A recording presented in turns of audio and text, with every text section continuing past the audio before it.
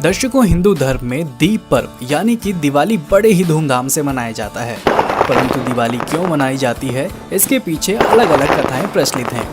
कोई कहता है जब भगवान राम त्रेता युग में 14 वर्ष के वनवास और रावण पर विजय होकर अयोध्या वापस लौटे थे, तो अयोध्या के वासियों ने दीप जलाकर खुशी मनाई थी और तभी से दीपों के त्योहार की परंपरा चलती आ रही है। जबकि दूसरी कथा के अनुसार द्वापर युग में जब श्री कृष्ण ने राक्षस नरकासुर का वध करके प्रजा को उसके आतंक से मुक्ति दिलाई, तो द्वारका की प्रजा ने दीप जलाकर उनको धन्यवाद दिया और तभी से ये दीप उत्सव मनाया जाता है। वहीं ये भी माना जाता है कि सतयुग में जब समुद्र मंथन हुआ तो धनवंतरी और देवी लक्ष्मी के प्रकट होने पर दीप जलाकर आनंद व्यक्त किया गया और उसी के बाद से दीपों का ये त्योहार मनाया जाने लगा। लेकिन दोस्तों, क्या आप जानते हैं कि आखिर दिवाली के दिन सभी घरों में भगवान गणेश और माता लक्ष्मी की पूजा क्यों की जाती है? अगर नहीं तो चलिए हम आपको बताते हैं इसके पीछे की वजह क्या है।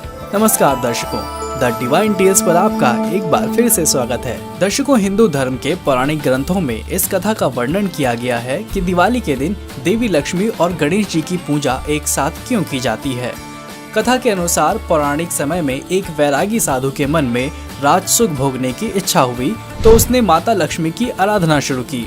वो साधु हर दिन माता लक्ष्मी की नियम पूर्वक आराधना करने लगा और फिर कुछ समय बाद लक्ष्मी उस साधु की आराधना से प्रसन्न होकर उसके सामने प्रकट हुई। ये देख साधु प्रसन्न हो गया और उसने माता लक्ष्मी को प्रणाम किया। तब माता लक्ष्मी ने उसे उच्च पद और सम्मान प्राप्त करने का वरदान दिया और फिर वह अंतर्धान हो गई। उधर वरदान मिलने के अगले दिन वो साधु मन में वरदान का अभिमान लिए राजा के दरबार में पहुंचा और उसने राजा को धक्का मारकर सिंहासन से नीचे गिरा दिया।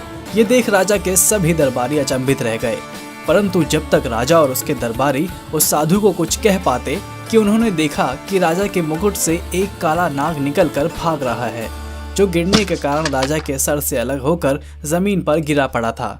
ये देख राजा और उसके सभी दरबारी उस साधु को चमत्कारी समझकर उसकी जय जयकार करने लगे। फिर राजा ने उस साधु को सम्मान पूर्वक अपना मंत्री बना लिया। उसने साधु से कहा, हे ब्राह्मण, आज मैं आपके कारण जिंदा हूँ, नहीं तो उस काले नाग ने मेरे प्राण हर लिए होते। उसके बाद राजा ने अपने सेवकों से कहा कि साधु जी के लिए एक नए महल की व्यवस्था की जाए। उस दिन के बाद साधु शान से उस महल में रहने लगा। अभी साधु को आए हुए कुछ ही दिन हुए थे और एक दिन राजा अपने दरबारी के साथ किसी विषय पर विचार कर रहे थे कि तभी वह साधु वहां आया और भरे दरबार में राजा को अपने साथ खींचकर ले जाने लगा। ये देखकर सभी दरबारी मन में सोचने लगे कि अब इस साधु महाराज को क्या हो गया है। लेकिन अगले ही पल सारे दरबारी राजा के पीछे पीछे भागे और जब वे सभी महल से बाहर निकले, एक जोर का भूकंप आया और वो महल खंडहर में तब्दील हो गया।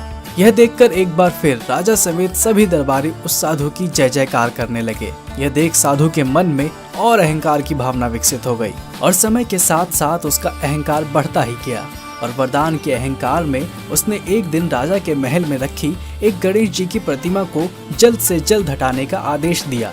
वो भी केवल इसलिए कि उसे गणेश जी की वह प्रतिमा देखने में बिल्कुल भी अच्छी नहीं लगती थी। साधु के इस कार्य से गणेश जी रुष्ट हो गए और फिर साधु की बुद्धि भी भ्रष्ट होने लगी, जिसकी वजह से वह उल्टा पुल्टा काम करने लगा। ये देख राजा ने उस साधु को कारागार में डलवा दिया। कारागार जाने के बाद साधु को एक बार फिर माता लक्ष्मी की याद आई और वह पुनः उनकी आराधना करने लगा। लक्ष्मी जी ने कारागार में दर्शन देकर कहा कि तुमने गणेश जी का अपमान किया है, अतः गणेश जी की आराधना करके उन्हें प्रसन्न करो। फिर साधु ने माता लक्ष्मी के आदेश अनुसार गणेश जी की आराधना की और तब जाकर गणेश जी का क्रोध शांत हुआ और फिर कुछ दिन बाद गणेश जी राजा के सपने में आए और उनसे बोले, राजन, साधु को सम्मान पूर्वक एक बार फिर से अपना मंत्री बना लो। फिर अगले दिन राजा ने गणेश जी के आदेश का पालन करते हुए साधु को मंत्री पद देकर सुशोभित किया।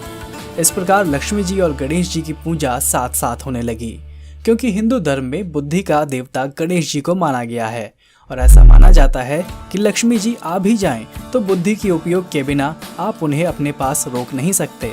दोस्तों, आपका इस बारे में क्या कहना है, नीचे कमेंट कर बताएं और अगर आपको इससे जुड़ी कोई और कथा मालूम है तो उसे भी हमारे साथ साझा करें। फिलहाल आज के वीडियो में इतना ही और जाते जाते आप सभी को द डिवाइन टेल्स की ओर से दिवाली की हार्दिक शुभकामनाएं। और कामना करता हूँ कि दिवाली की तरह ही आप सभी के जीवन में जो भी अंधकार हैं वह छट जाएं और उजाला ही उजाला रहे।